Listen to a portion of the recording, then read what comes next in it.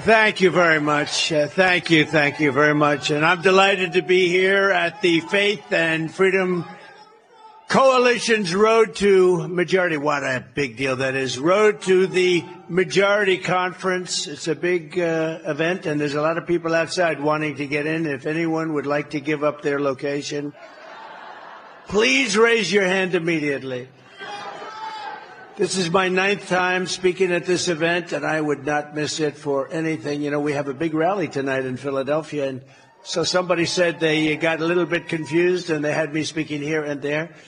So somebody foolishly canceled here, and when I heard about it, I said, wait a minute, what are you doing? We canceled Faith and Freedom. I said, I don't have the courage to do that. I'll do it during the day, which is actually even better, if you want to know the truth, and we'll do the rally later. I don't have the courage to do that. Not to you and not to Ralph Reed. But I want to thank Ralph Reed for his extraordinary leadership, along with Executive Director Tim Head, great people. Thanks also to Congressman, he's fantastic, Barry Loudermilk. He's here someplace. He's here someplace. He's doing a fantastic job with all of the things. I said he walked through with Russian spies or something like that. He turned out to be constituents, young children. These people are sick. Former congressman and a man who's heading up New York for us, Lee Zeldin. He's fantastic. Lee Zeldin. South Dakota Governor Kristi Noem. Kristi? Thank you, Kristi. Great. Thank you, darling. RNC Chairman Michael Whatley. He's doing a great job. Although I'll tell you about that right after the 5th. I'll tell you about the 6th. But I think he will be incredible. He comes from good stock. Comes from North Carolina, and they didn't have any votes stolen in North Carolina. That's why I said he's the guy. He watched that voter fraud more than anybody. A friend of mine, a man who got me involved in this whole deal, not this one, I mean like 8 years ago, he thought we could do something, and we played around with it. And I said one day, let's go, Corey. Let's go. Let's do it. Corey Lewandowski.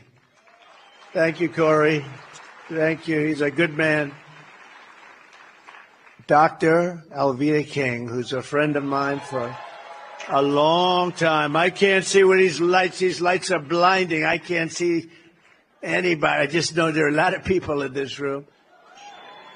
But they happen to have the lights in a nice angle. It's just perfect. I can't see a person here.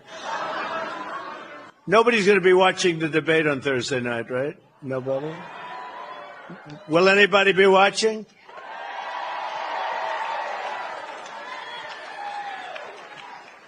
A friend of mine and a great businessman and developer from New York and various other places, including Florida, Steve Witkoff. Steve is here. Thanks, Steve. Look at that hand you get, Steve. You got to run for politics. And Moms for Liberty co-founder Tiffany Justice. I love that name. Tiffany, that's the greatest name. I love it. And thank you for your endorsement and your help and everything, Moms for Justice. I'll tell you, Moms for Liberty have been great, and Tiffany's been so incredible. So I appreciate it very much, Tiffany Justice. One of the best names I've heard in a long time. Most importantly, let me say a special thanks to the gigantic grassroots movement of volunteers who will power the Faith and Freedom Coalition. And I know they're going to be very much involved during the election period. It used to be one day. Now it's, 2 months. It used to start like election day meant election day. Now it means, 2.5 months before the election begins, it starts. But it starts actually pretty much on September 6th. That's North Carolina. Pennsylvania's, think of that, so September 6th, and Pennsylvania's September 22nd, and we have to get out there, we have to vote, we have to make sure everything's honest, and you keep your eyes open. You're the police in a way. You can police your vote. A lot of people don't know that. Just make sure that vote counts. We have to make sure it counts, because if I knew that there was not going to be corruption, if I knew that everything would be honorable and honest as it should be, I'd stop campaigning right now. We have this thing won. I would immediately stop campaigning. I'd go and relax. I'd call up the big rally we have in Philadelphia tonight. I say, it's not necessary. Don't worry about it. Everyone go home and relax. No organization does more. You are truly, and I mean this, indispensable. This is a great group of people, and you're warriors in the truest sense, and you know what we have to do. Because we're not going to have a country left if we don't do it. That's for sure. This year you will knock on 10 million doors, reach 18 million Christian voters, and register 1 million new voters across 130,000 churches.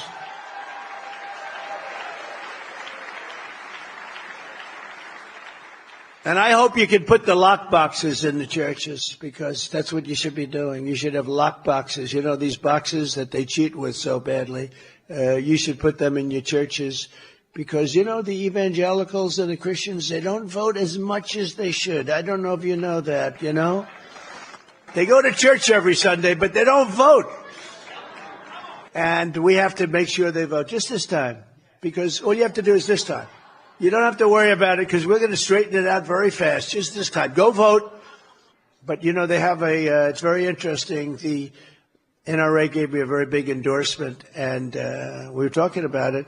And gun owners don't vote very much. I mean, I'm saying this is just statistically. We have to get people that own guns have to go and vote.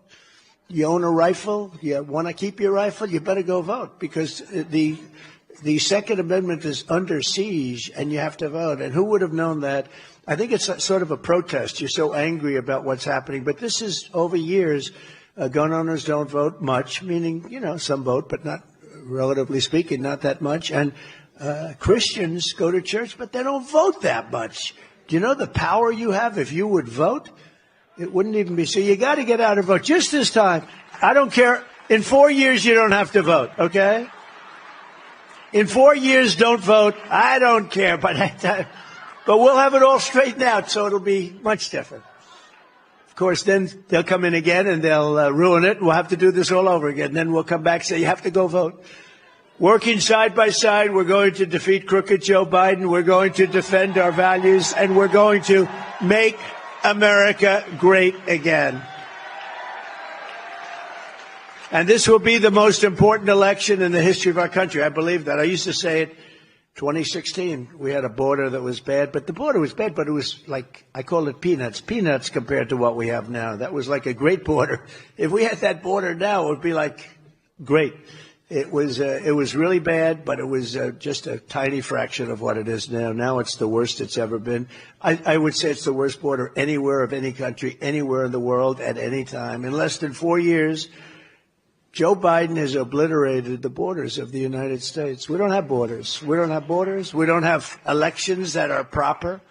We don't have anything. And you know what we want with elections? We want paper ballots, same-day voting, voter ID, and we want to ensure that people are citizens. A little thing like, let's make sure you're a citizen, right? You know, they're bringing these people in. They're trying to get these people registered to vote. They don't speak a word of English, most of them, and they come from all over the world. That's what they're doing. I said there's only a few things that could it be. They're stupid. Well, they're not stupid. Nobody could cheat that well if they were stupid. They're not stupid. Then the other is they hate our country. That could be. But the third thing is they want to register people to vote. That's, I think, what they really have in mind. So we have to be very careful, and that's where Michael Whatley will do the job. That's where Susie Wiles, who's here right now, she's fantastic, and she'll do the job. And Lara will do the job, Lara Trump, who's fantastic. She's fantastic. But crooked Joe wrecked our economy with brutal inflation and $2 trillion deficits. Did you hear our deficit is going to be $2 trillion this year? $2 trillion. His weakness, failure, and incompetence have set the world on fire. He is a threat to democracy. By the way, just by being so incompetent, he's a threat to democracy. His Marxist administration is pushing radical gender ideology into every school, and I'm sure this group is not particularly happy with that. And crooked Joe has demonstrated an amazing ability to, he's just to demolish the rule of law. by arresting political opponents, dissidents, Christians, pro-life activists like a third world dictator would do. It's a disgrace what's happened to our country in such a short period of time, 3.5 years.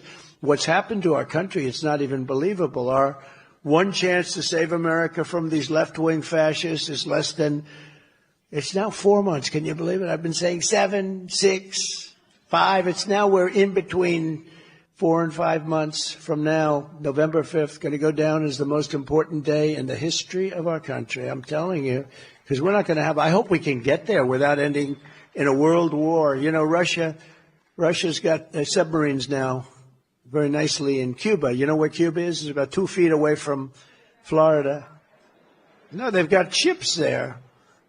And they're talking about, you know, going after Russia in Ukraine and giving them authorization to go after Russia. You know, where's this thing going to? And I've said it, I will get that war solved. If there's anything left, I'll get it solved as president-elect before I ever get into the White House. But we need Christian voters to turn out in the largest numbers ever to tell crooked Joe Biden, Joe, the apprentice, Joe, you're fired. You're fired, Joe. Get out of here, Joe. You're no good. You've been the worst president ever. You're fired, Joe. Get out. No, worst president in the history of our country. As you know, the radical left is trying to shame Christians, silence you, demoralize you, and they want to keep you out of politics. They don't want you to vote. That's why you have to vote. They're counting on you now. Because if you vote, no, we cannot lose. They don't want you to vote. But Christians cannot afford to sit on the sidelines. If Joe Biden gets back in, Christianity will not be safe in a nation with no borders, no laws, no freedom, no future. You're not going to be safe. You're not going to be safe as a person. And your religion certainly will be, I think, in tatters. You want to know the truth? I think in tatters. You see what they're doing. And I don't know, it's a little bit less to do with this room, but we all care. What's going on with Catholics? They are being persecuted. Catholics, what is that all about? By this man that has no idea what the hell is happening. And by the way, I don't believe it is him. I think it's the people that surround him, the fascist, communists, the young, very smart, vicious people, because I don't think he knows he's alive. You want to know the truth, okay? The reason the radical left will always come after religious believers is simple, because they know that our allegiance is not to them. Our allegiance is not to them. Our allegiance is to our country, and our allegiance is to our Creator.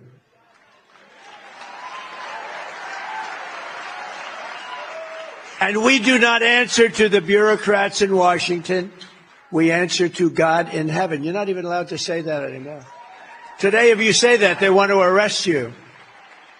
If you say that, they want to arrest you. Who likes the 10 Commandments, by the way, going up in the schools?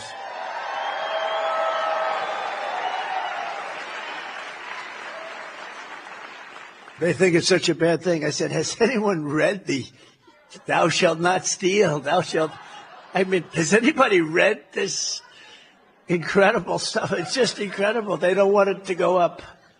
It's a crazy world, you know, a crazy world. Things, who would think that somebody would want open borders where people flood in by the millions from all over the world, from prisons and from mental institutions, and a lot of terrorists in record numbers. Nobody's seen anything like it. Who would think that's good? Who would think that, you know, like a little thing, it's so embarrassing even have to say it, but I say it because it's a big political deal. Who would think that men playing in women's sports is okay? Who would think that? I have to say it. Who would think it? It's all, you know, open borders. Who would think it? Who would think this stuff? But in my first term, I defended Judeo-Christian heritage like no president in the history of our country. And with your help, I will continue to fight for our values and our civilization for 4 more years in the White House. We're going to straighten it out. We're going to straighten it out fast. It's going to go fast. The hardest thing to do is we have probably close to 20 million people that came in from all parts of the world, and they're going to have to be gone. They came in illegally. Many, many people coming in from prisons and mental institutions. They came in, I mean, from, you know, I say prisons and jails because there is a slight difference. I say mental institutions and insane asylums because actually there's more than a slight difference, right? Whenever I say Silence of the Lamb, the fake news back there, they say, oh, he's talking about Silence of the Lamb. And I say, the late, great Hannibal Lecter. Oh, he likes Hannibal Lecter. No, they're crazy. When I imitate Joe Biden can't get off the stage, I walk into a wall purposely. I look at that wall. Oh, that's perfect. Sometimes they don't have a wall. You're freestanding. It doesn't, but I imitate him and I walk into a wall and the next day they write, Donald Trump could not find his way off the stage. No. So I don't even do it anymore. These are crooked people. And yet with him, they're trying to say that all of these horrible blunders that he's made over the last week, you don't have to go back much, that he was improperly covered. So they say, in the one case, he had a fundraiser, and Obama could have been more gentle, in all fairness. I think that's a dispute within their own party, because, Obama could have been a little bit more gentle than that, so instead of tugging him off the stage. When you think of it, right? But he made it obvious. But you see that. And then I think 39 different people had their phones up, like you people. You have your phones up. If I did something wrong and I had one camera, then another camera, after you get 39 or so, you say, I guess he blew it. But they said, oh, it was covered so, and they changed it, and AI and all this stuff. They didn't do that. That was the way it was. They're all the same. But the press has bought into it now. Oh, no, he was fine. It was the coverage was so bad by conservatives. They say by conservatives. When I equated two people, I equated them. I shouldn't mention the names, but I equated Nikki Haley with Nancy Pelosi. I equated them. They said, oh, he doesn't understand the difference. No, I understand the difference. He doesn't understand the difference between Haley and Pelosi. No, we understand that. I understand a lot of differences. But anything you do, the fake news will take it and turn it. But with him, they take bad stuff and try and make it look good. With us, they take genius, pure genius, and they try and make it look, right? They try and make it look bad. It's the exact opposite. So we actually have to work harder. I told my kids it would be a lot easier if you were Democrats. We have to work very much harder. We have to run the entire East Coast to win. They automatically start with like 38%. They start with 38%. I mean, I could go into why and the percentages, but I don't want to do that because I think we're going to get a lot of that 38%. You want to know that?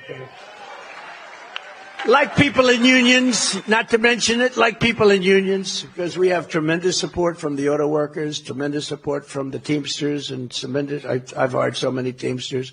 Concrete in New York, it's all delivered by Teamsters. They do a great job.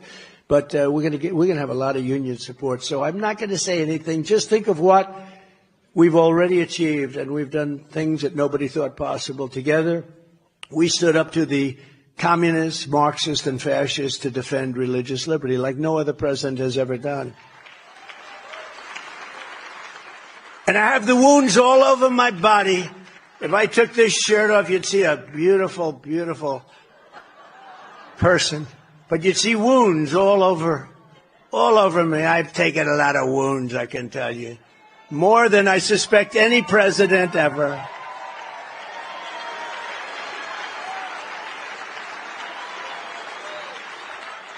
In history, and I've read, I love this stuff, but in history, they say Andrew Jackson was treated the worst, President Andrew Jackson. He was a great general and a very good president. And Abraham Lincoln was second worst. Now, he had a civil war, so, you sort of think that was understood. And now they're rewriting the books. Trump was treated the worst, Andrew Jackson second, and Abraham Lincoln third. But I definitely took top spot. I took top spot. And I'm honored to do it. And here we are looking for more. How about that? I could right now be home. I wouldn't be in court. I wouldn't be in courts all over the land. All started by crooked Joe Biden and his group of thugs. We restored the conscience, rights, and all of the things that we've done for doctors, nurses, teachers, and faith groups. Like the Little Sisters of the Poor, we came to their defense. I stopped the IRS from using the Johnson Amendment to interfere with pastors' freedom of speech, and all religious leaders, not only pastors. And Joe Biden took it right away, and I will give it right back. We're going to give it right back. You know, a long time ago, I learned about the Johnson Amendment a long time ago. They've basically taken away your rights. You're not allowed, if you're a minister, a pastor, or other religious leader, or rabbi, if you want to say things that are political, they take away your tax exemptions, and they really destroy you. And I put that back, and now they've put it back. It's like a yo-yo. I'm going to put it back immediately. First day, I'm giving that back because we want to hear from our ministers, our pastors, and our rabbis, and others, by the way. I issued guidance making clear that the right to freedom of worship does not end at the door to a public school. I was the first to, and I'm the only president, I think, to convene a meeting at the United Nations to end religious persecution worldwide. The only time it's ever been done. Because you know what? Presidents, they get elected and then they don't want to get involved. We don't want to get involved, like what I did for Israel as an example, right, with Jerusalem. Every president for many, many presidents said, we're going to do that capital. Going to make Jerusalem the capital. They're going to move the embassy to Jerusalem. And nobody did it. And I understood why, because once I got there, I had more pressure put on me from other countries. Please don't do it. Please don't do it. I did it. I did something what many presidents, I don't know the number, but going back a long time, they campaigned on it, they did it. I campaigned on it, and I did it. I just didn't take, thank you very much, that's very nice. You know, I didn't take calls for about 4 days. I set up the meeting on a Monday, and I didn't take calls. I was away, quote, over the river. And he'll call you back on Tuesday. Oh. Kings, queens, everybody. He'll call you back on Tuesday. And we had a press conference on Monday, and I announced Jerusalem. I announced that we're going to move the embassy, and Jerusalem becomes the capital, something. And by the way, that's a small one compared to what I did. I got rid of the Iran nuclear deal. Unfortunately, Biden did nothing with it. And Golan Heights and the Abraham Accords. What I did for Israel, and interestingly, this group is so unbelievably pro-Israel. It's amazing, actually, and I tell you that because in many ways you give it more support than anybody. You give more support to Israel than anybody, so a lot of people really appreciate that. Thank you very much. I can use that. I can use that love. Thank you. Who is the woman? She sounded so nice. Stand up. Oh, thank you. Thank you. It's very nice. And you have a beautiful voice, too. Thank you. When I return to the White House, I will once again aggressively defend religious freedom in all of its forms, and many forms, but we will defend it in every single one of its forms. We will protect Christians in our schools, in our military, in our government, in our workplaces, in our hospitals, and in our public square. In my next term, I will once again appoint a rock-solid conservative, and we are putting in, we put in almost 300 judges and 3 Supreme Court justices to interpret the law and the Constitution as written. It was being interpreted slightly different than that, as you probably noticed. In my first 4 years, we totally transformed the federal bench, and putting in all of these judges, and nobody's ever seen anything like it, actually, a record, pro-Constitution judges. I withstood vicious attacks to pick and confirm 3 great Supreme Court justices, Neil Gorsuch, Brett Kavanaugh, and Amy Coney Barrett. Good people, too. I took a lot of heat. A lot of hits, but we did the right thing. They're great people. Thanks to these justices, we have also achieved what the pro-life movement fought to get for 49 years, and we've gotten abortion out of the federal government and back to the states, the way everybody and all legal scholars always said it should be. Nobody thought that would happen. That's what they wanted to do. The whole thing was they wanted the Roe v. Wade was federal, and they wanted it all back in the states where the people could vote and make their decisions. It's now up to the will of the people in each state Some states will be more conservative. Other states will be more liberal. It's happening now. You see the votes are all taking place. And it's the way every legal scholar and just about all the Democrats and all the Republicans and conservatives and liberals, they all wanted it that way. And we did something that was amazing. The big problem was it was caught up in the federal government, but the people will decide, and that's the way it should be. The people are now deciding, and some states are a little bit more conservative, and some states are much more liberal.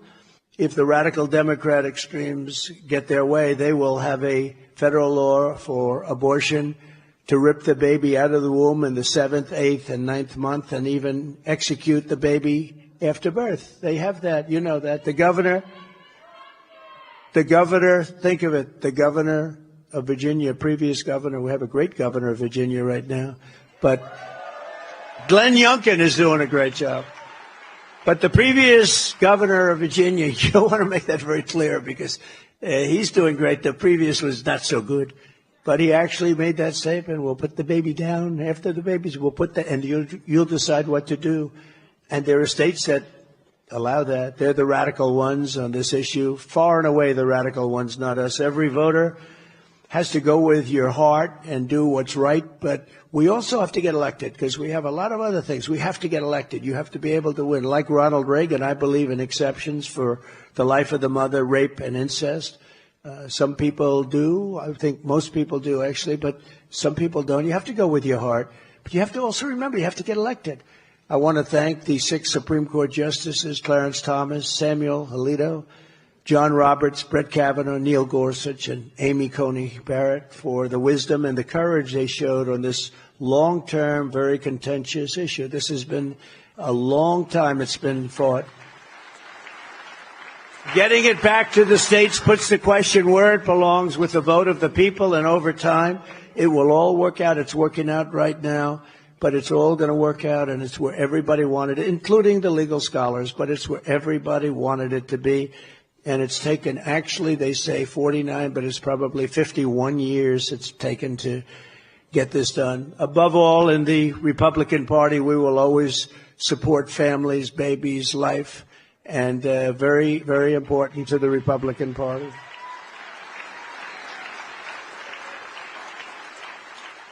By contrast, Joe Biden is weaponizing the Justice Department to viciously persecute pro-life activists and Americans of faith. Just last month, the Biden DOJ got Paula Harlow, a 75-year-old woman in poor health, sentenced to 2 years in prison for singing outside of a class. She was singing, actually, a beautiful voice. She was singing beautifully outside of a clinic. And fearing she would die in prison, her husband pleaded with the judge for mercy and even asked to be thrown in prison with his wife. And the judge responded by mocking their religion. He was mocking their religion. I wonder who that judge is. Paul is one of many peaceful pro-lifers who Joe Biden has rounded up, sometimes with SWAT teams, and thrown them in jail. Many people are in jail over this. This is just crazy. We're going to get that taken care of immediately, first day. Immediately. But let's call these brave Americans what they really are. It's persecuted Christians. That's what they are. They're persecuted. Because these people are really the threat to democracy. You know, they have a whole thing about Donald Trump is the threat to democracy. I'm the one that got us out of the wars. I'm the one that defeated ISIS and got us out of all these wars. You know? I'm the one that had the safest border in the history of our country, and now it's death. And, you know, when you talk about the bad border, you don't realize how many people are dying on the caravans coming up. They're dying because they're told, you know, come on up and we're going to give you education. We're going to give you health care. They're destroying your Social Security. Your Social Security and your Medicare is being destroyed because millions of people are coming up, and you're not going to have it. Something's going to have to happen because they are destroying. Joe Biden is destroying your Social Security and many other things to reverse these monstrous abuses of power. The moment I win election, and we're going to win, we got to win. If we don't win, we don't have a country. We don't have a country. You know, I used to say it in 2016, and I meant it. We were, you know, I thought that was the most important election. In 2020, I didn't say it. By the way, we got many millions of votes more in 2020 than we did in 2016. We got millions and millions of votes. It's a rigged election. But we got millions of votes more. I was told if you got the same number, 63 million, that you win. We got millions and millions. That's by their count. And it was a terrible thing. And look at what's happened to our country in 3.5 years. It's not even the same place. It's not the same place. I always say we're a nation in decline. We're a nation in really serious decline. But we will rapidly review the cases of every political prisoner who's unjustly victimized by the Biden regime, including Paula, so we can get them out of the gulags and back to their families where they belong. Paula, just hold on, Paula. We're going to get you out of there. Can you imagine this? This is a good woman. This is a religious woman, and they throw her in jail. I will also create a new federal task force on fighting anti-Christian bias. Its mission will be to investigate all forms of illegal discrimination, harassment, persecution against Christians in America. And it's taking place at a level that nobody can believe. We're like a country from a different country. We're like, this is not America anymore that we're living in. These people are nasty. They're bad. But you know what? We're tougher than they are. But we have to be smart. We have to vote. We have to get out and vote. You cannot sit home. This one day you have to get out and vote. Never again will the federal government be used to target religious believers, Americans of faith. And that's all it is. It's Americans of faith are not a threat to our country. Americans of faith are the soul of our country. One of the reasons we have so much crime is you don't have the faith. You don't have people wanting to be good because they want to go to that special place. They want to be good. There's no reason. It's like religion it's going down at a level that nobody's seen before. Nobody's seen anything like it. And it's really having a tremendous effect long beyond our churches and our synagogues and our mosques. It's beyond everything. Religion is becoming less and less of a factor, less and less important in our country. And that's causing a lot of the chaos and a lot of the crime that you see. If they were grown up with religion, they wouldn't be doing the things that they're doing because they're doing really bad things. So we're going to get it stopped. The weaponization of law enforcement is the greatest threat to freedom in America today, I think. And nobody knows it better than me. Look at the way I've been weaponized. I mean, they've weaponized me at a level that the late, great Al Capone, right? I tell it all the time, Scarface. He didn't go through what I went through. Of course, they were afraid to do it.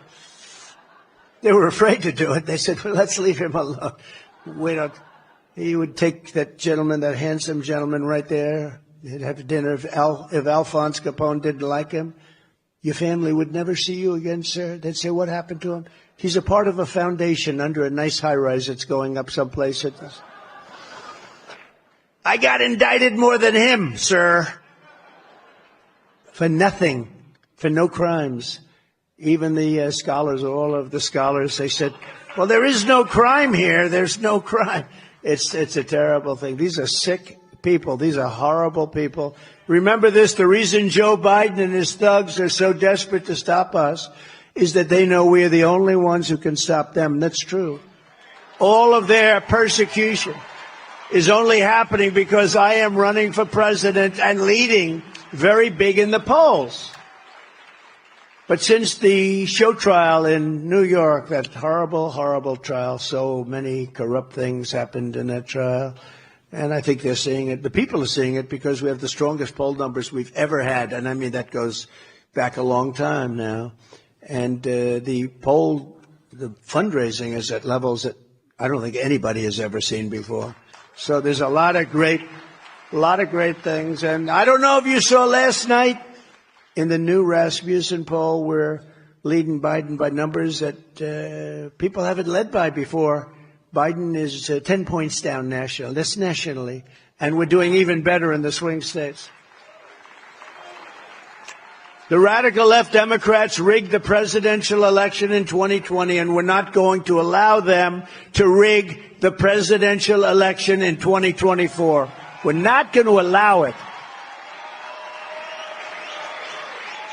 And every time the radical left Democrats, Marxists, communists, and fascists, and that's exactly what they are, they're fascists, indict me, I consider it a great badge of honor. Because I'm being indicted for you. Thank you very much, everybody. I appreciate it. But I am. I'm being indicted for you. Never forget, our enemies want to take away my freedom, because I will never let them take away your freedom. They want to silence me because I will never let them silence you. And in the end, they're not after me, they're after you. I just happen to be very proudly standing in their way. I am in their way, and I always will be in their way.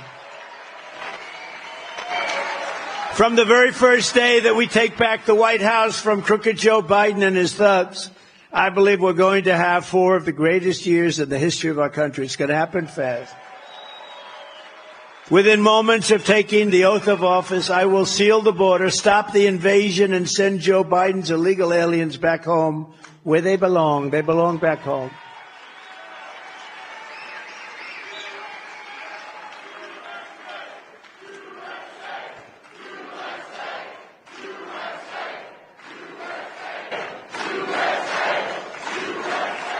Don't give me any of that, USA. Go out and vote. That's all I ask.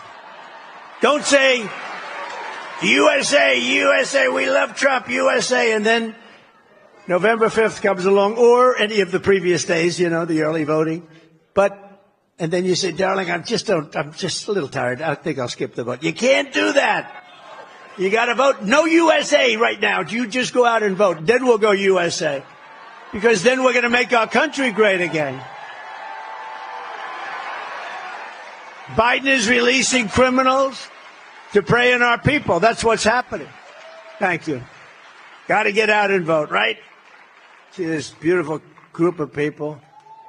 They'll be in Monte Carlo on November 5th. I don't think so. We all know the names of too many innocent victims of Biden migrant crime. It's a new category of crime. It's called Biden migrant crime. Remember this. These migrants are tough. They're tough. They come from prisons and many other places, rough places. They're just getting used to our country. They're just settling in. Every day I read where somebody was killed. Beautiful young women, mostly young women, are being killed by migrants. You know, they thought it was like this wonderful dream. I could just see. They said, oh, the migrants are coming in. These people are tough. They're so tough. Dana White. Did anyone ever hear of Dana White? He's a legend, right? UFC, ultimate fighter, ultimate fighting. And he's a fantastic man. I said, Dana, I have an idea.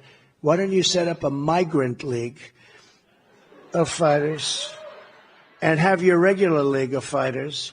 And then you have the champion of your league. These are the greatest fighters in the world. Fight the champion of the migrants. I think the migrant guy might win. That's how tough they are. He didn't like that idea too much, but actually, it's not the worst idea I've ever had. No, these are tough people. These people are tough and they're nasty, mean. It's incredible that they come totally unchecked. But we all know the names of too many innocent victims of the Biden migrant crime. Laken Riley. And, you know, Biden was unable to pronounce her name, called her Lincoln Riley. And this was right after. How terrible is that, though? Rachel Morin, who I just spoke to, the mother, is so great. I also met the parents I met the parents of many of the people that died. Met the parents of the soldiers that died so horribly in Afghanistan. But I met Laken's parents, and these are just incredible people. Their lives, I don't know what they're going to do. Their lives have been shattered. Nothing worse than that. It's so out of order. It's so out of order. Just the devastation. I spoke yesterday with Patricia, and it's just to hear her talk. It's just I don't know if you recover from it. They say time. It should never happen. Would have never happened with us. We had a strong border. We had the strongest border in history. And just this week, 12-year-old Jocelyn Nunguri, found strangled to death and dumped in a creek in Houston, allegedly murdered by two recent illegal border crossers from Venezuela, viciously murdered. These monsters should never have been in our country, and if I were president, they would not have been in our country. We had a strong border. We had strong protection. And we had very strong protection. You know, in Venezuela, we just mentioned these monsters from Venezuela. In Venezuela, their crime is down 72%. Can you believe it? So I'm going to talk to Ralph Reed, and next year we're going to hold Faith and Freedom in Venezuela where we can be safe. Ralph, can we do that, Ralph? Yes. Ralph said yes. No, think of it. They're sending all their killers, their murderers, their prisoners. They're sending drug dealers, gang lords, gangs. They're sending them to the United States. We're like a dumping ground. And that's the whole world, not just Venezuela. And you take a look at prison population all over the world. It's way down. Everyone says, I wonder why. It's not because they're behaving, because they're sending them into our country. And again, they're just getting comfortable now. They're going to start hitting us very hard. These people are bad. And that this can be allowed to happen. We have an incompetent president. We have a president who's got a very low IQ. And that was in good times. That was 25 years ago. Today he doesn't even register. It's ridiculous. When they say I have a friend, he's a Democrat, but he's not. He's a Democrat. Can't help it. That's the way he grew up. But he said to me, I don't understand it. You got a poll saying you're up 10 points. How could you only be up 10 points? I say that too. Who the hell is going to vote for this guy? On day one, I will begin the largest deportation operation in American history.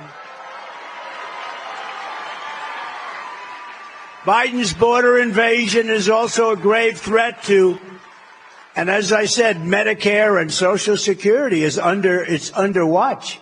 Biden wants to dump millions of illegal aliens onto Medicare and put them into Social Security and even Obamacare and suck these programs dry. That's what they're going to do. And you're going to have a problem, and all of a sudden they're going to say, we're going to cut it in half. I'm not touching them. I'm leaving them where they are. You are going to see Social Security. If he gets elected, he's going down the tubes. I can't even imagine him being elected. Can you imagine 4 more years? These are the worst 4 years. As president, I will fight for American seniors, not the Biden illegals. I will fight for American workers, not the human traffickers. I will fight for American dreamers, not the child smugglers. And I will restore the sovereign borders of the United States of America. So help me God.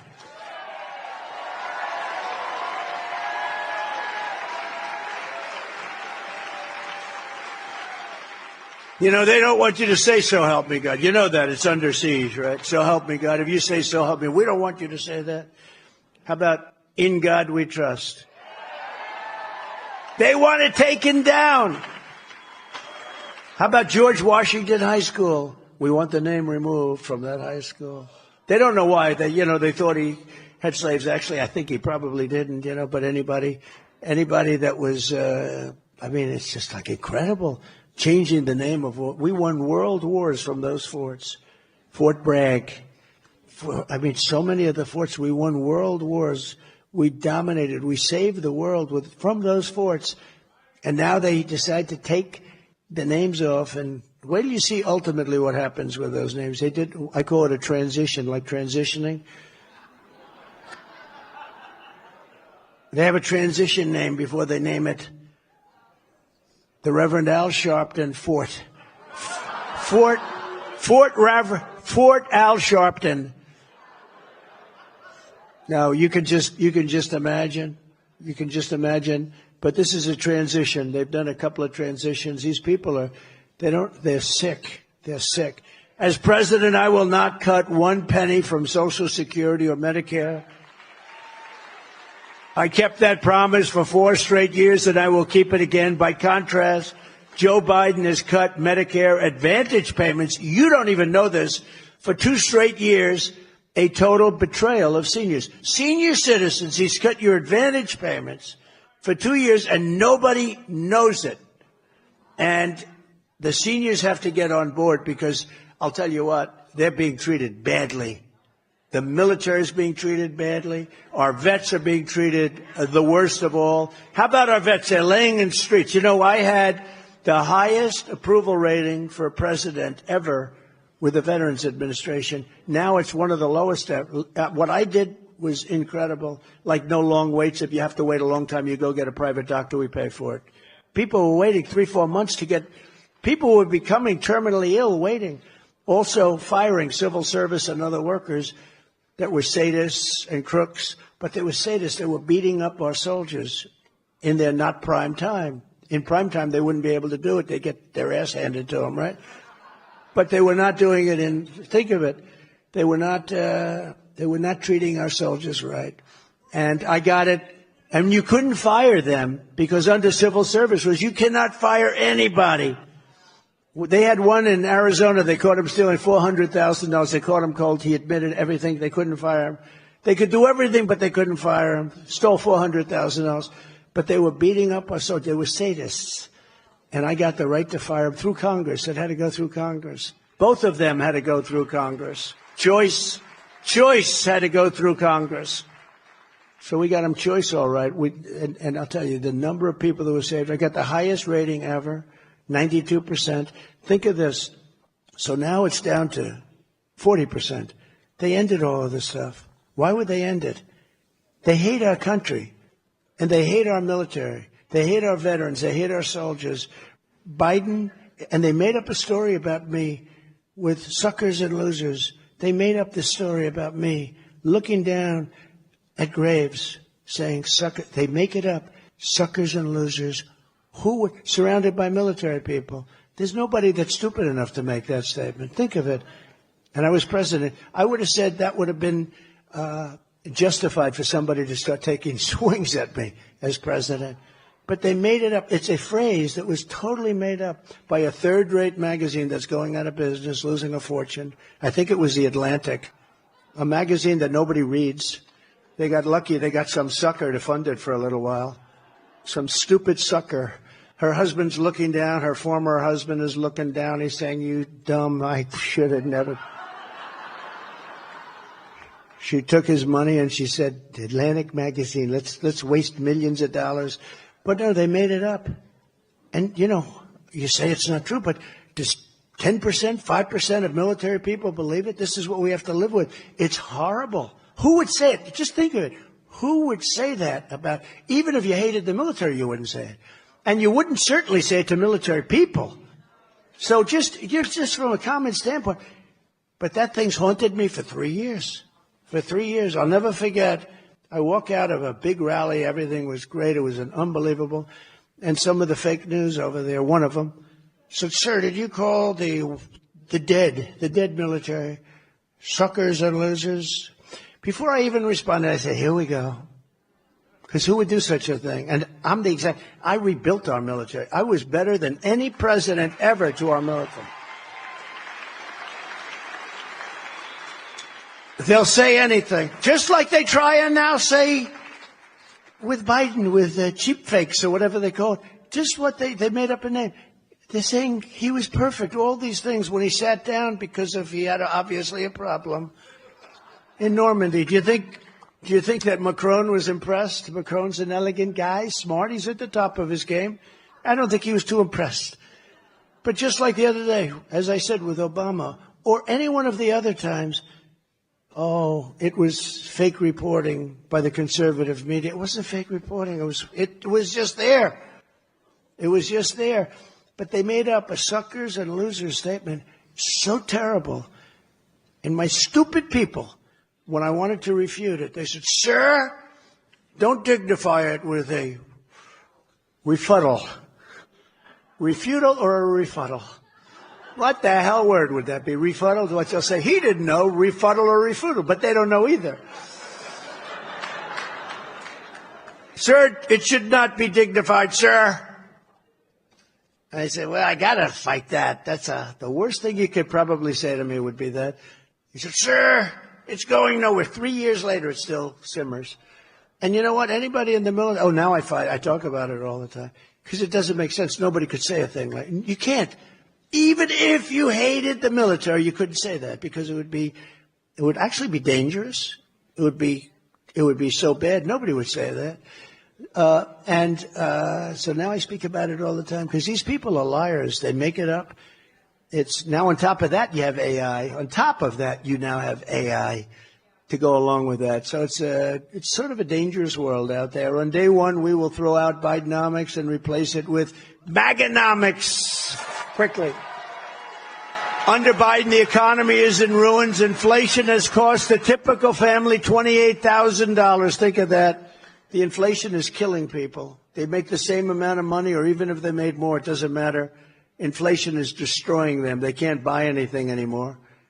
I will end. I always say, I sort of have this little thing. I shouldn't show it. Maybe I should save it for the debate. Okay? Look, I'll save it. I'm going to do this because this is private. There's only about 400 press back there. Look, inflation, this is what it does to you. This is Tic Tac now. This is Tic Tac. Let's go. See? Look. It used to be that. That's what inflation. That's what inflation has done. That's what inflation has done. Glad everybody in this room has good eyes. But I will end the Biden inflation nightmare, and we will end it very quickly. I will stop Biden's trillions and trillions of dollars in wasteful spending and rapidly terminate the Green New scam. It's one of the greatest scams in history. I will repeal Crooked Joe's insane electric. How about the electric vehicle mandate? And we will drill, baby, drill. All cars are going to be electric. They don't go far. They cost too much. And by the way, electric cars have a great place. They have a great place, but not a place for 100%. Maybe not a place for 10%. Whatever it is, they have a place. You can't go far. And they're going to all be made in China. They are expensive. Right now, you have hundreds of thousands. This is a great time to buy an electric car. You know why this? You know what? You ever notice the auto companies aren't upset about it? They're making cars that can't sell. They just can't sell. They have hundreds of thousands of them. You know why? Because we're spending trillions of dollars and giving them subsidy. So the auto companies don't care. Normally, they'd all be bankrupt if that were the case. They're making cars that can't sell. Now they want to make your army tanks all electric so that we can go into a community near you. No, we go into enemy territory. We blast the hell out of them, but we do it in an environmentally friendly way. No, do you have a? No, it's crazy. We make the greatest army tanks in the world. We make them in Ohio. We make them in Lima. I was the one, I stopped it. They said, sir, there's a plant that makes the army tank. The only plant we have that does it. And I was president-elect, and I was called by Jim Jordan, who's great. You know Jim Jordan from Ohio? And he said, could you take a look at it, sir? Because I don't think you can replace it. So anyway, I went up, Lima. I went up and I said, wow, this place is unbelievable. It makes army tanks. That's all they've done for years and years. They make the best tanks in the world. They were going to close it under, I guess it was Obama, but it was scheduled to be closed. And I looked, I said, this is a room that is 20 times larger than this. And it's unbelievable. The ball bearings, that heavy steel, and you can almost move it with your hand. It's so incredible how it all works. And these guys are so professional. If you close this, you'll never be able to open up a plant with this talent or this kind of a plant. And now they want, and I kept it open. I took it off the list, and it makes more tanks than anybody in the world right now. Unfortunately, all we do is give the tanks away. We make them, we give them away faster than we can make them. You need some tanks? Oh, yeah, we'll send them to you over there. And they're expensive suckers too, but we'll provide all of our friends and many of our enemies with tanks, because half of the time with Biden, you don't know if they're friends or enemies. We give them whatever they want. But when you look at it, but now they want to make them electric. And the problem is very similar. They don't go far. They're too heavy, very heavy. You know, the battery, in fact, it's so much bigger than a tank for diesel fuel or gasoline that they want to make a truck, like a toy truck, you know, like a little toy truck with a huge battery on the back. It's almost as big as the Army tank. So when it goes into enemy territory, it's pulling this thing. I said, what happens if somebody blows it up? Well, you're dead. Now you don't have to hit the tank. You just have to hit the battery. No, they want to do it. Think of it. They want to do it. Now they'll say, oh, these stories are terrible. These stories are, you know, you heard my story in the boat with the shark, right? I got killed on that. They thought I was rambling. I'm not rambling. They want to make boats. And they are demanding that they be all battery operated, all electric. And I was in South Carolina at this wonderful family boat yard. The big yard make a lot of boats, you know, from 17, like fishing boats, 17 to 30 feet. And I said, how's everything going? No good. They want us to go all electric. I said, well, would that work? No, because it's so heavy, we can't get the boat to float. The battery is so heavy. So then I start talking about asking questions, you know. I had an uncle who was a great professor at MIT for many years, I think the longest tenure ever, very smart, had 3 different degrees. And, you know, so I have an aptitude for things. You know, there is such a thing as an aptitude. I said, well, what would happen if this boat is so heavy and started to sink and you're on the top of the boat? Do you get electrocuted or not? In other words, the boat is going down and you're on the top. Will the electric currents flow through the water and wipe you out? And let's say there's a shark about 10 yards over there. Would I have to immediately abandon, or could I ride the electric down? And I said, sir, nobody's ever asked us that question. But, sir, I don't know. I said, well, I want to know, because I guarantee you one thing. I don't care what happens. I'm staying with the electric. I'm not getting over with it. So I tell that story. It's, you know, just fun. And the fake news, they go, he told this crazy story with electric.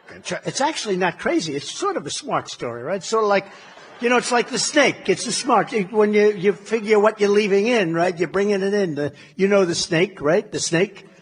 And the snake, I tell that. And they do the same thing. What does a snake have to do with illegal immigration? Well, I think it has a lot to do with it, because that's exactly what you know what you get. And that's what we're getting. We're getting problems like you wouldn't believe, right? So they want to go all electric. They want to make our airplanes, our fighter jets, electric, even though they're 18% less efficient. Now, the difference between 18% and 100% is the difference between being easily and immediately shot down or winning. They don't care. They don't care. And I say, why are they doing this? They're flying over enemy territory, and they don't want to affect the air. They're blowing the shit out of the place, but they don't want to. Think of it. They don't want to affect the air. They want it to be beautiful air, clean air and water. Boom, boom, boom. These people are stone cold crazy. And these idiots are running our government. They're running our government.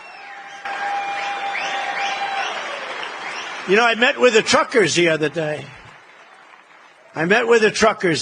Big thing. I'm a big Roger Penske fan, right? I like Roger. You know, he's won Indianapolis like 19 or 20 times. I'm a fan. But he owns trucks, and he was one of the guys there. And one of these people has 28,000 trucks. Think of that. I said, how many trucks do you have? 28,000, sir. I said, you got to be kidding. 28,000.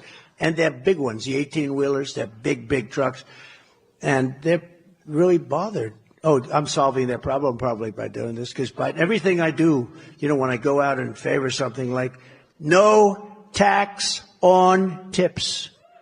They haven't been able to do that because, you know, they just set regulations that make it impossible for people that get tips to even live, to breathe. But no tax on tips, that's a big deal. Remember that, everybody? It's a big deal. I don't think they're going to be able to do that. You know, I don't think they're going to be able to do it. They have been so vicious to these people. But now they'll soften up a lot just by my doing it. But I was with Roger Penske and these truckers. And they say the big problem is they want us to go all electric on our trucks. And I say, well, if you fill it up with diesel, and the big guy at the at the meeting that had this big monster company. I mean, think of it, 28, starts with one truck, and then he's got 28,000 trucks over many, many decades. And he said, sir, every single year I bought a truck. He used very foul language, but I won't do it because I promised Franklin Graham, you know, Franklin wrote me a letter the other day. I watched your rally. I thought it was great. But honestly, Mr. President, it would have been much better if you didn't use foul language. And I said to myself, he's wrong about that, because sometimes for emphasis, I don't use real foul, but every once in a while I'll use a little word here or there, and not a particularly bad one. But I said to myself, you know, I'm going to do it because I like him a lot. But he said, it's great, your stories are great, but you don't have to use. But sometimes there's no word that can describe it, right? I'm looking for a word. It's like when somebody tells tall tales, there's a certain word that starts with B, right? There's no word that I can find to replace, right? But I'm trying, Franklin. I'm trying.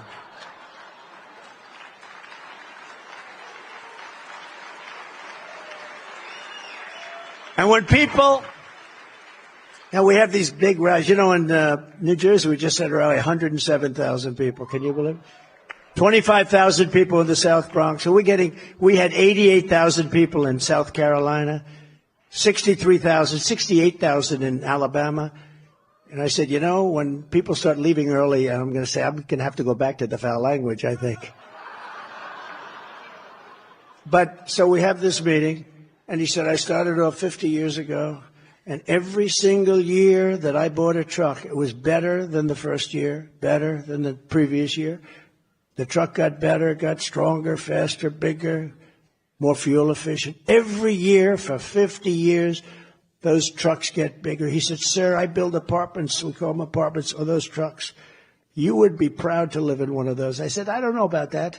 You know, they build the cabs with a place to stay. I said, I could handle it. I mean, I could. But he said, every year they get better. If they force this electric mandate on us, we'll go back 70 years, not 50 years. He said, we'll have to stop 6 times from New York to Los Angeles. I said, how many times do you have to stop now? None. We go directly New York to Los Angeles, all the way, no stops. I said, didn't you explain that to them? Yes, we do all the time. It doesn't make any difference to them. The other thing, I didn't know this, he told me that the truck will be more than 2 times heavier. He said, so if you do this, you're going to have to rebuild every bridge in the country. Can you believe it? Now, how stupid is it? And the other thing is it takes much more room. So a lot of your payload is going to be gone. It takes much, much more room. The whole thing will, possibly never work. And that's okay. Some things you got to know. But I said, so what's their attitude? We don't care. We want you to go electric. They don't care. They don't care. They don't care. You can explain it to them. They're evil people. They're fascists. They don't care. Before I even arrive at the Oval Office, shortly after we win the presidency, we win. We are going to win, not me, we. I will have, if you go and vote, Christians, please, I'll report you to Ralph Reed. How about if Ralph didn't vote? I want to check Ralph's voting record. He votes. If Ralph, I would be shocked. But I'm saying that because you have to remember, you do have to do it, because you don't do it. But we will win the presidency, and I'll have the horrible war between Russia and Ukraine, which would have never happened if I were president. I will restore that. Now, I'll have that settled. But you know what's happened? It's just so. It would have never happened. You wouldn't have any lives taken. You wouldn't have had those ancient cities, those gorgeous golden towers knocked down, obliterated. You could never build that stuff again, that history. But far more people are dead than they said. And you would have never had the attack on Israel on October 7th. You would have never had it. You would have never had the attack on Israel. And you wouldn't have had inflation. I had the oil. It was caused by energy. Now it's caused by everything.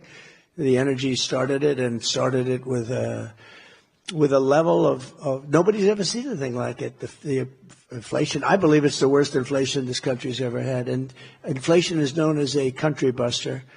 So you wouldn't have had just those 3 things. Think of it. If you didn't have Ukraine, if you didn't have inflation and if you didn't have the attack on Israel, just those three, what a different world this would be. Just those three. And then we could name about 30 more. You wouldn't have had that Afghanistan disaster as an example. Not getting out. I was going to get out. I was going to keep Bagram, though, because it's 1 hour away from where China makes its nuclear weapons. They're giving up one of the biggest air bases in the world. You know who occupies it now? Take a guess. China! China occupies Bagram. Thank you very much. Did they send us a letter? President Xi, where's your letter? Thanks.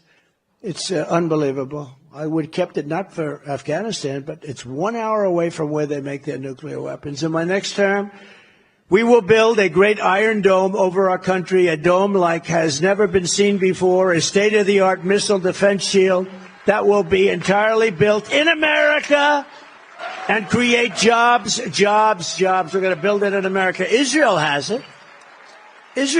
Why don't we have it? I mean, we're more of a target in many ways than Israel. Why don't we have it? And by the way, 300 missiles shot, only one got through, and that was wounded.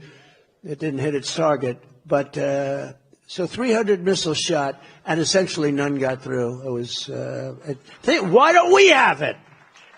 We're going to have it, and we're going to build it in America. It's all going to be made. We're not going to be shipping it out to other countries to do like we do so stupidly. You know, they make fighter jets where they have different countries make different parts. And I said, what happens in case of a war?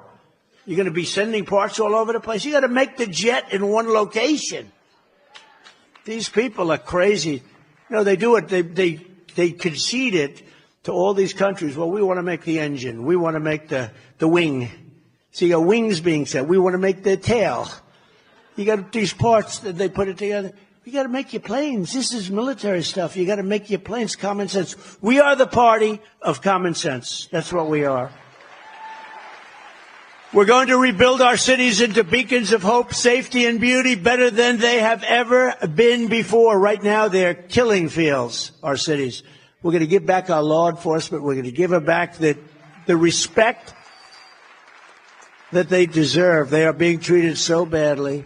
If they do something that's harsh to stop a crime, they end up losing their pension. They end up losing their job. They end up losing their family and their home. And I'm giving immunity to police all over the country for that. I mean, we have some police forces where they make you go out and get a lawyer to defend yourself. They won't defend you. You have to hire your own lawyer. Now, I know more about lawyers than any man, perhaps. And I don't like lawyers, and I don't like the fees. But can you imagine a policeman having to hire a lawyer to defend himself? We are going to give immunity to police when they do their job. We will take over the horribly run capital of our nation in Washington, D.C. It is so badly run. And we will clean it, renovate it, and rebuild our capital city so that it is no longer a nightmare of murder and crime. We are going to have, look, they go down from places. I mean, think of it, what's happening here. They come from Iowa. They come from Idaho. Those are the two that Biden always gets confused. It's wonderful to be in Iowa, but he notices the fields are all potato fields. I didn't know they made so many potatoes in Iowa. The worst is when he said, it's great to be in Florida. And he's in Maine. You know, you're looking outside. It's freezing. It's great to be in Florida. I love the people of Florida. So much so that we're leading in Florida by about 17 points.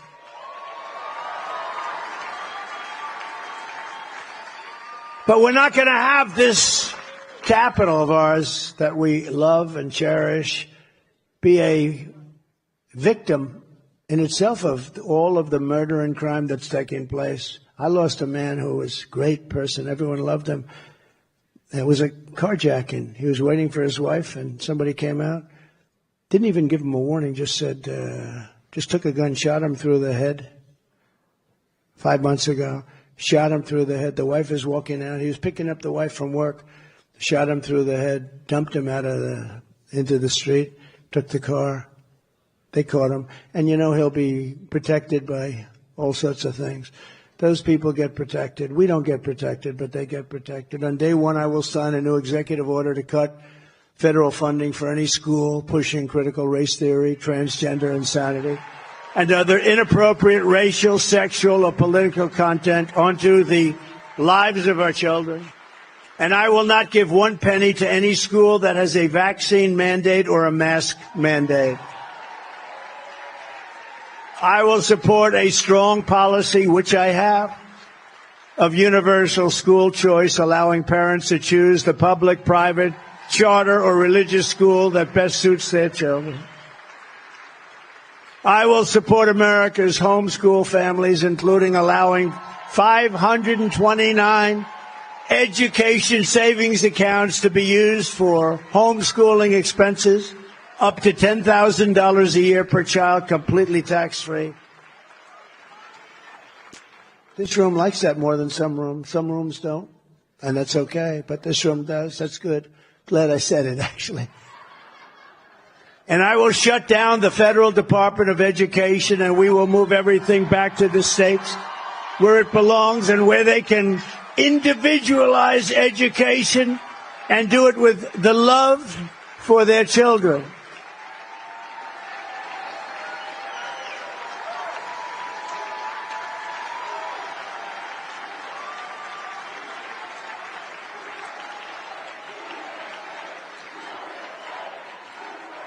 Thank you.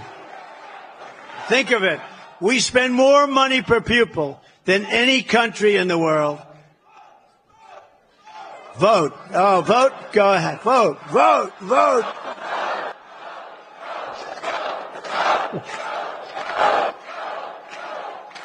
Thank you. We spend more money per pupil. Think of it. You know the expression? And I said it to a large African-American group of people 4 years ago. What the hell do you have to lose? You're the worst in income. You're the worst on crime. Your cities and your areas are being decimated. You can't get a home.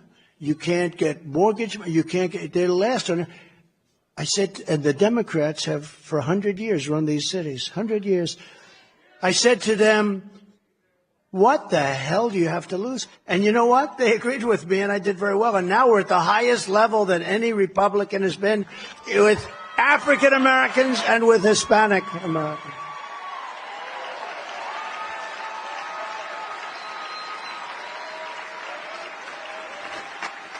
Now, I'm going over this list. Every single thing was bad. I said, what do you have to lose? But I say the same thing about the education. So we're last per pupil. We're last. We're at the bottom of the list in terms of the capabilities. 40 different countries. We're at the bottom of almost every list.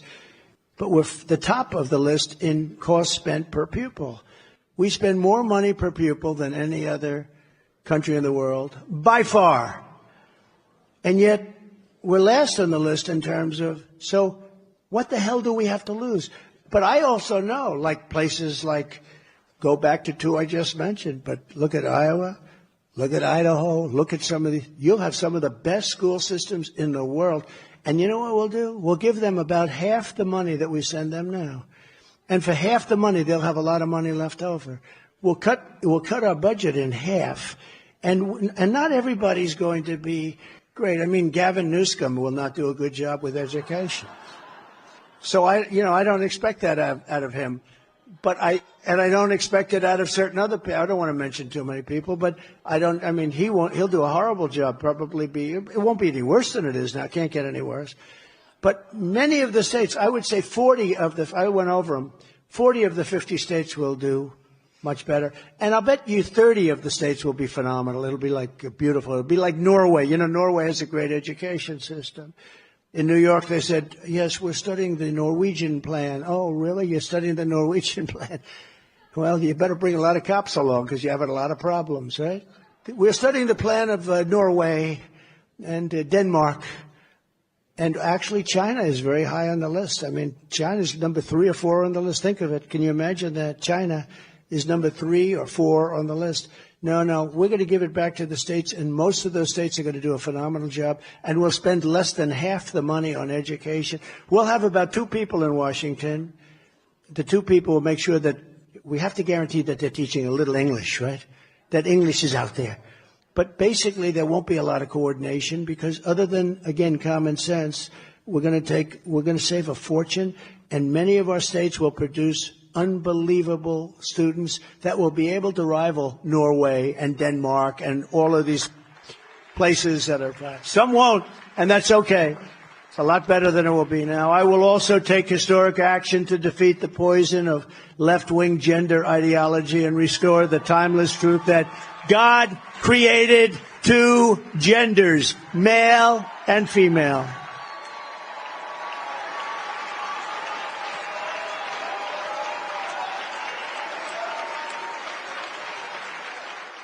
And I will immediately, on my first day, sign an executive order to keep men out of women's sports. That'll take about 10 minutes. And I will fully uphold the Second Amendment because your guns are under siege. And I protected them for 4 years. You were protected. We will protect innocent life, and we will restore free speech right from the beginning. And I will secure our elections. I will secure our elections. And as I said, our goal will be one-day voting with paper ballots, proof of citizenship, and a thing called voter ID. You know, when you negotiate with the Democrats, you start off, you say, look, the one thing we have to have voter ID. No deal. And I said, wait a minute, let's get this. We want voter ID. In other words, a little identification, right? Nope, we don't want to have that. Why don't they want? Because they want to cheat, that's why. They will, you know, when you go into the Democrat, I always say Democrat, you know, they'd rather have it the Democratic National. It's much nicer sound. Why don't they change the name? It's probably better. They hate it when you say the Democrat National Convention, right? It's much more beautiful. Actually, even when I make a speech, if I want to make a nice, elegant speech, let's say I came in here with a different attitude today, and I said the Democratic National Convention. Now I say the Democrat National Convention. It sounds flat, right? But I call them that because they don't want to be called that. They don't want to be called that. But when you go into their convention, you've got cards that are like, do you ever see some prisoners where they go like this? Well, how about my card? Did you see that picture of me? Did you see that? Do you believe that one? My parents said, what the hell happened to my boy? That was not in the cards. They didn't teach me that at the Wharton School of Finance. No, they're bad. These are bad people. But they have all sorts of information. They have everything. They have everything down. So it's okay for them when they have their convention to have a big card on your chest, hanging down off your chest. But it's no good for voting. They don't want it for voting because they want to cheat. We're not going to let them get away with it anymore. And there is one thing I will say, too big to rig. You make it too big to rig, we don't have to worry about it. There's a level at which they can't. If you took the 10 worst presidents in the history of the United States and added them up, they would not have done near the destruction to our country as crooked Joe Biden and the Biden administration have done. He's crooked. He's a total thief. So if you want to save America, get your friends, get your family, and get everyone out to vote. You got to go vote. I'll say it again and again. Vote, Christians.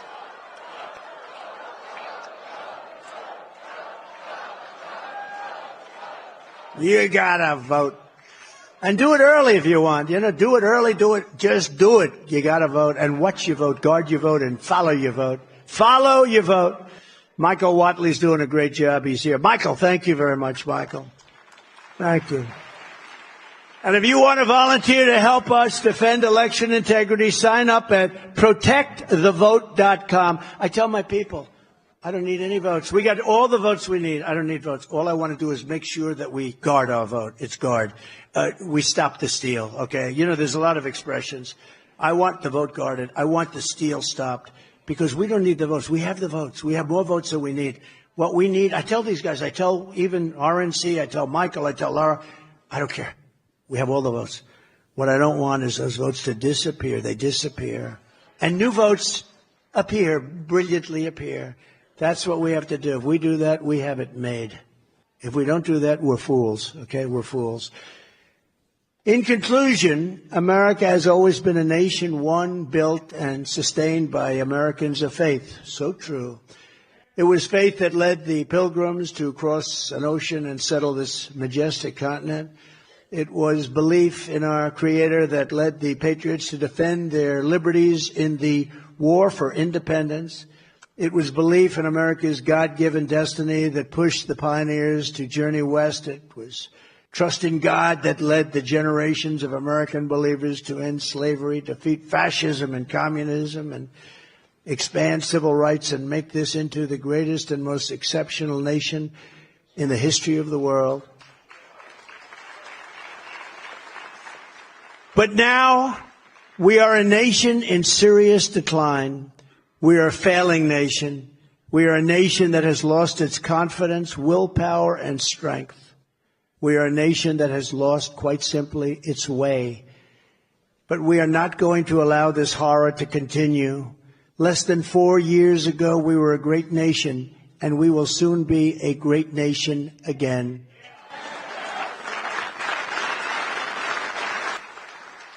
With the right leadership, every disaster crooked Joe Biden has created can be fixed, and it can be fixed very quickly. Every problem can be solved, and every wrong can be rectified. By this time next year, America's borders will be strong, sealed, and secure. We will let people come into our country, but they will be let in legally. They will come in through a legal process.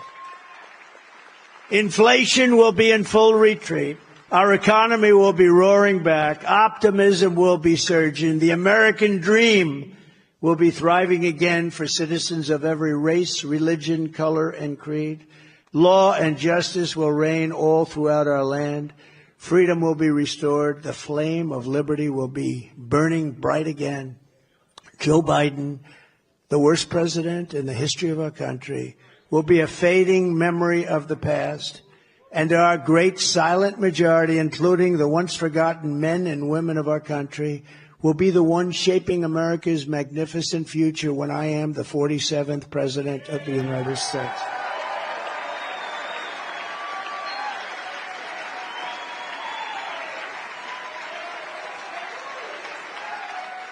Because we are all Americans, and together we will show November 5th to be the most important day in the history of America.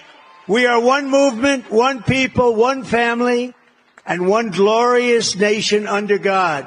And together we will make America powerful again. We will make America wealthy again. We will make America strong again. We will make America proud again. We will make America safe again.